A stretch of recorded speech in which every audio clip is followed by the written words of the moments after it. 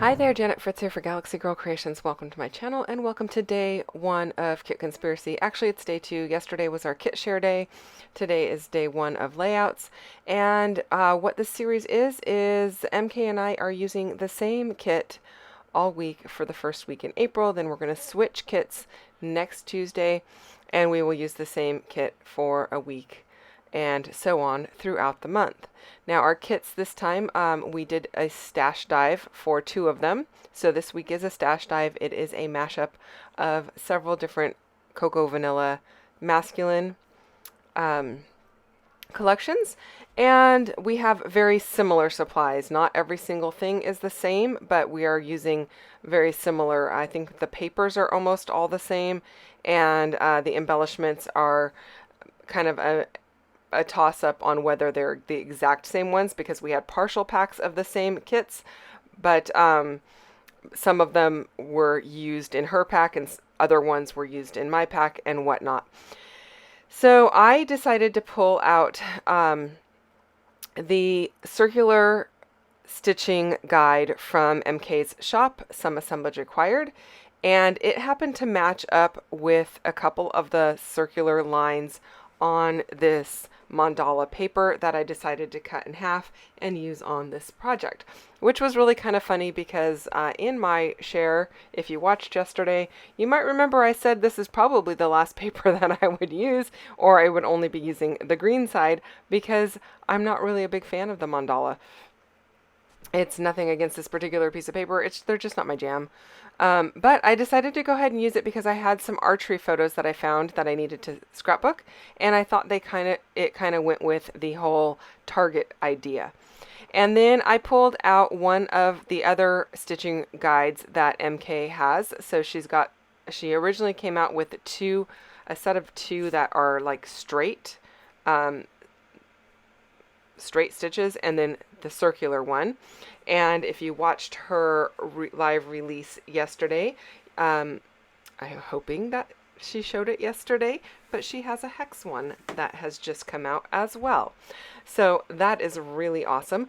But anyway, I decided to go ahead and do the stitching. The circular one, I did a chain stitch to get the maximum amount of texture. I used all 6 strings of some DMC white thread.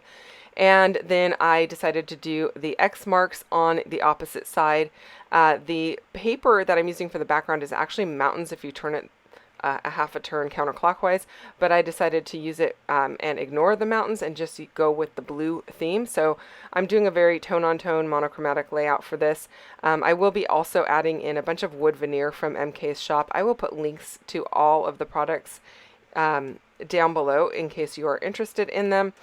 And then I am just pulling out some little labels and little banner pieces from the Legendary collection from Cocoa Vanilla. I've got some stuff from Boys Rule. I think I pull out a couple of things maybe from the Awesome one, and then from the, I think it's called Great Escape or something like that. But yeah, just layering up some of the ephemera bits. I am going to pull in a bunch of stars. I decided to use this title that says Follow Your Arrow, which could be very non-archery related. It was not intended to be archery related, I believe, when she created it, but I'm using it for an archery layout because that is one thing you got to pay attention to in archery, is following the arrow with your eye. Especially if you don't hit the target. You've got to go retrieve your arrows, and it is a big pain to go and find them when only the very end of the arrow is sticking out of the grass. But so I thought I would go ahead and use it because it was very I don't know, it was just perfect for this layout. So yeah. And then I just pulled out a Tailored Expressions grid stamp, and I am stamping that just off onto a little bit of white paper. I'm going to back my stars with that. I don't mind the open stars, but when there's a lot of stuff going on behind them, then I feel like they need something to kind of help your eye so your eye is not confused by all of the lines converging behind the stars. Now that being said, I did put a grid behind these stars, which is a bunch of lines converging behind the stars, but I'm going to use it as a journaling spot. So I will be doing a little bit of writing on top of that big star grid. The other ones, I'm not too worried about them, but I am going to fill them in. And I feel like it gives it kind of like almost a place for your eye to rest, even though there is a grid going on. So those lines, your brain kind of seems to figure out that that's a grid and it's okay. Whereas when there's a bunch of other lines back there, it can be a little bit confusing to the eye. So at least for me. So that's what my thought, and I'm going to go with it. I did also use the little arrow that's in the target there. Believe that is from the same set that says follow your arrow. And I'm going to be using an arrow up at the top as well. I also have this compound bow that I'm going to be putting on here. I chose one. I think there was 4 in the pack. You can see them there on the desk. There were also 3 arrows in that pack, but I'm not going to use any of those arrows even though I thought about using them. I decided just to use the pack that's with the title piece and then one of the bows. And if you're not familiar with MK's wood veneer, it is adhesive backed. It's a 1/16 of an inch thick, and it does have a masking over the top that you need to peel off before you put it, or when you put it on your layout, so that the actual natural color of the wood will show through, because not all of her wood is the lighter color. Some of it is a little bit darker. Some of it's a little cherry looking or mahogany looking, and it's really beautiful. So you definitely want to show that off where you can. I did have to stamp that stamp one more time just to fill in this little tiny star, because I didn't have enough left over to fill in all the way to the end of the points.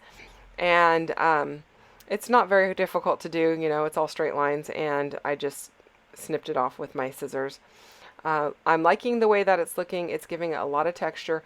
I actually did go back and do another circular stitch inside the one of those circles, the smaller circles on the right hand paper, and I just used a regular back stitch. So I've done 3 different kinds of stitches on this layout: a back stitch, a chain stitch, and then this one that has the X's. I'm sure there's a name for it, but I just don't know it.